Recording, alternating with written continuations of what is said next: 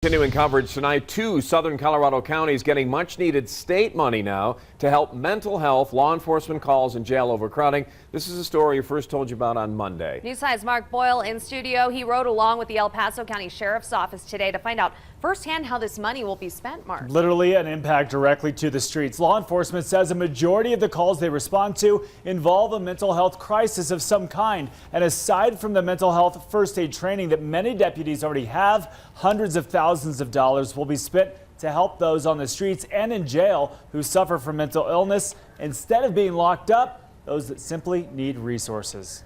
One male runner from the detox. Do we have a unit? 1071, I'm right here. Every day, El Paso County Sheriff's deputies encounter people who have suspected mental illness or substance abuse concerns.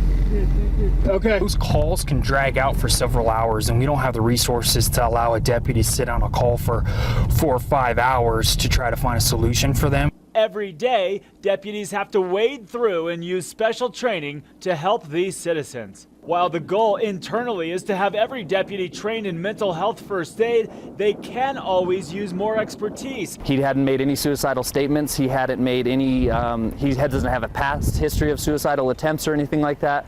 So we had nothing really to go on to where we could do anything. I mean, we wanted to, believe me, we wanted to help this guy. A new $5.2 million state grant was handed out to 12 communities. El Paso County will get up to $360,000 for a co-responder program.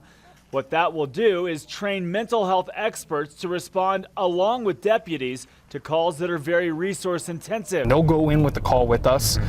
They'll be in there, they'll be talking, they'll be interacting, and they'll be doing their aspect of the mental health. Meantime, Pueblo County will see $575,000 per year for 3 years for a pre-booking diversion program. This will allow law enforcement to route those with low-level drug and prostitution offenses to other services instead of the already overcrowded jail. And El Paso County hopes their co-responder program can be off the ground and running by mid-year. We reached out to Pueblo County for comment on this and the use of their new grant. We didn't get a response from the district attorney's office. This is certainly a big story and one that we will be following for you. Mark Boyle, News 5.